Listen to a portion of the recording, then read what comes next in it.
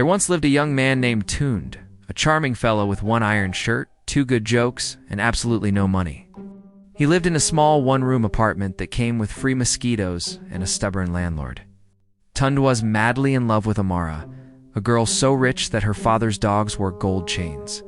Her perfume could probably pay Tund's rent for a year. But when Tund confessed his feelings, Amara looked at him the way people look at expired milk. "You," she said, "you can't even afford Wi-Fi, and you want my heart." Still, Tund refused to give up. Perseverance was his middle name, though. Legally, it was Adabal. Every day, he tried new ways to impress her. He wrote her poems, but because he couldn't afford data to Google Rhymes, his lines went like, "Roses are red, sugar is sweet, my rent is due, but you're still neat." He showed up at her fancy cafe with his best friend's borrowed car, only for the car to get clamped mid-date. He bought her flowers. From a cemetery? They were cheap and already arranged. Amara laughed him off every time. But somehow, his silly persistence began to grow on her.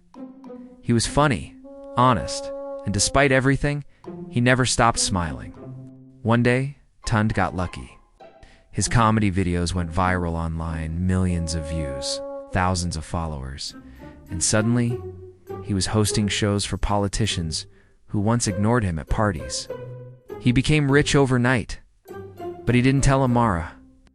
Instead, he showed up at her father's mansion one afternoon, still wearing his old slippers and carrying a nylon bag. "You again?" she said, rolling her eyes. "Still chasing impossible dreams?" "Not at all," he said. "I just came to deliver a package for your dad." She opened the bag. Inside was a diamond ring with her name engraved on it. Tund smiled. "By the way, your father approved it already? We're engaged now." Amara blinked. "What?" Out walked her father, laughing. "He saved my company from bankruptcy with a viral campaign. I told him to name his price, and he asked for you." Amara was speechless. The poor boy she once mocked was now the man everyone admired. She looked at him, still in those faithful slippers, and said softly, "You could have told me." And missed this reaction? Never. They married 6 months later in a grand ceremony. As Tund gave his wedding speech, he smiled and said, "Some people fall in love at first sight.